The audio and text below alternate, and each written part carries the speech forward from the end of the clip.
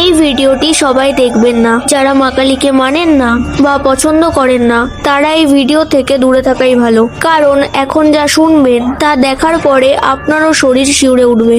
একদিন এক ব্যক্তি একটি মন্দিরে যায়। সেই মন্দিরে মা কালীর একটি মূর্তি ছিল।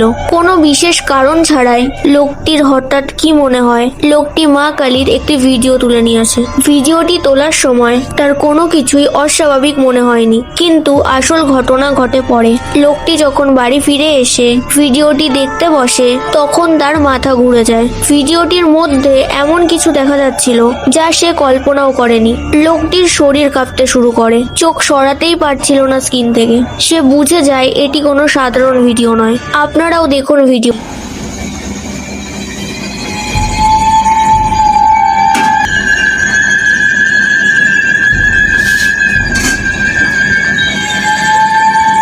আপনিও যদি মা কালীর ভক্ত হন আর মা কালীকে মন থেকে বিশ্বাস করেন তাহলে কমেন্টে জয় মা কালী লিখতে ভুলবেন না।